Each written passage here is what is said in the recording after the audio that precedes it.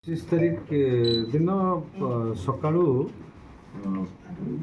ଆମର ମାରିଗୁଣ୍ଡା ଯେଉଁ ଗାଁ ଅଛି ସେରଙ୍ଗ ଥାନା ଏରିଆରେ ତାଙ୍କର ଘରର ଆର୍ ଲକ୍ଷ୍ମୀ କଲ୍ୟାଣୀ ନିଜ ପରିବାର ବର୍ଗଙ୍କ ସହିତ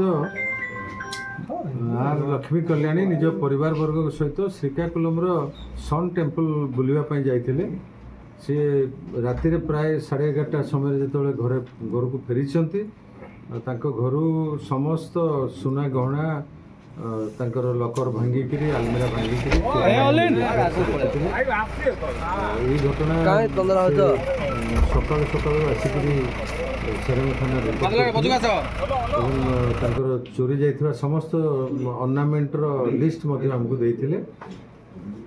ପରବର୍ତ୍ତୀ ସମୟରେ ଆମର ତଦନ୍ତ ଜାରି ରହିଥିଲା ଏବଂ ଆମେ ବିଭିନ୍ନ ଦିଗକୁ ନେଇକରି ତଦନ୍ତ କରି ଆମର ହେଡ଼କ୍ୱାର୍ଟରର ଡିଏସ୍ପିଙ୍କର ତତ୍ତ୍ୱାବଧାନରେ ଗୋଟେ ସ୍ପେଶାଲ ଟିମ୍ ଗଠନ କରିଥିଲୁ। ସେଇ ଟିମ୍ ଏଇ କାମରେ ବିଗତ ପ୍ରାୟ 10 ଦିନ ହେବ ଲାଗିଥିଲେ। ଆମେ ଶେଷରେ ଜାଣିବାକୁ ପାଇଲୁ ଯେ ତାଙ୍କରି ଗାଁ ପାଖର 3 ଜଣ ବ୍ୟକ୍ତି ତାଙ୍କର ଅନୁପସ୍ଥିତିର ସୁଯୋଗ ନେଇକରି ଏଭଳିଆ କାଣ୍ଡ ଘଟାଇଛନ୍ତି ଏବଂ ସେ 3 ଜଣଙ୍କୁ ଆଣି ପଚରା ଉଚରା କରାଯାଇଥିଲା ସାକ୍ଷୀମାନଙ୍କ ସାମ୍ନାରେ।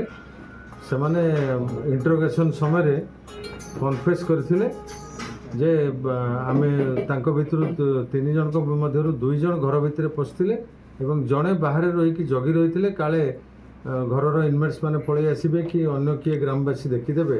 ତାଙ୍କୁ ସେ ବାହାରେ ମଧ୍ୟ ଜଣେ ରହିକରି ଏଇ କାମ କରୁଥିଲା। ସେମାନେ ସମସ୍ତ ସୁନା ଗହଣାକୁ ନେଇକି ନିକଟସ୍ଥ ଗୋଟେ ଜଙ୍ଗଲରେ ଗାତ ଖୋଳିକିରି ପୋତି ଦେଇଥିଲେ।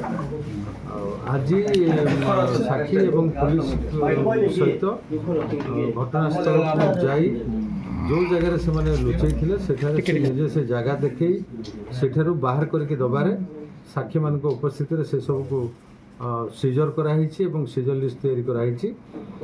ସେ 3 ଜଣ ଯେଉଁମାନେ ଚୋରିରେ ସମ୍ପୃକ୍ତ ଅଛନ୍ତି ସେମାନେ ମାରିଗୁଡ଼ା ଗାଁର ମରାଠୀ ଗିରିବାବୁ, ଅରୁଣ କୁମାର ପ୍ରଧାନ ଆଉ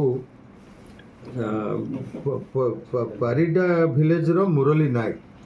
ଏଇ 3 ଜଣ ଘଟଣାରେ ସମ୍ପୃକ୍ତ ଅଛନ୍ତି। ତାଙ୍କୁ ଗିରଫ କରାହେଇଛି। ସମସ୍ତ ସୁନା ଗହଣା ଯାହା ବି ଚୋରି ହେଇଥିଲା ସବୁ ରିକଭରି କରାହେଇଛି। ଆଜି ସେଇ 3 ଜଣଙ୍କୁ କୋର୍ଟ ଚାଲାଣ କରାଯାଇଛି।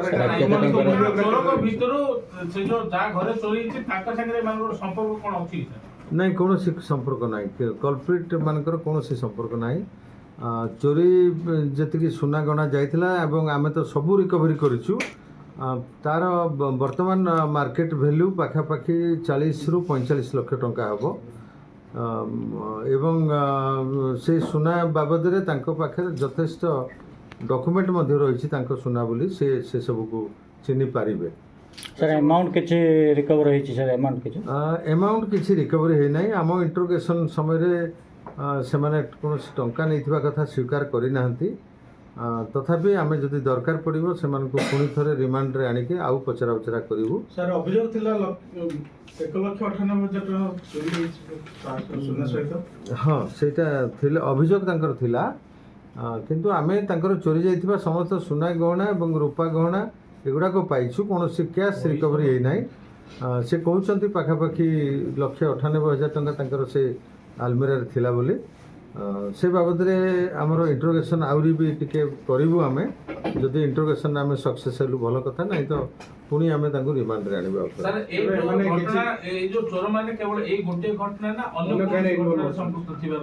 ଏବେ ଯେ ଆମର ଇଣ୍ଟରୋଗେସନ୍ରେ ଆମେ ଯାହା ଜାଣିବାକୁ ପାଇଛୁ ଏମାନେ ଅନ୍ୟ କୌଣସି କ୍ରାଇମ୍ ଆଗରୁ କରିନାହାନ୍ତି।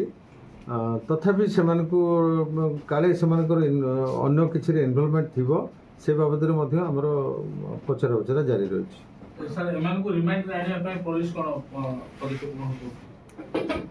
ମୁଁ ଯେମିତି କହିଲି, ଯଦି ଆମେ ଆଉ ଇଣ୍ଟରୋଗେସନ୍ କରୁଛୁ ସେମାନଙ୍କର ଅନ୍ୟ କେଉଁଥିରେ ସମ୍ପୃକ୍ତି ଅଛି ବା ଏଇ ଯେଉଁ କ୍ୟାସ୍ କଥା ଉଠୁଛି, ଏଇ 2ଟି ଦିଗକୁ ନେଇକି ଆମେ ବର୍ତ୍ତମାନ ପଚରା ଉଚରା ଜାରି ରଖିବୁ।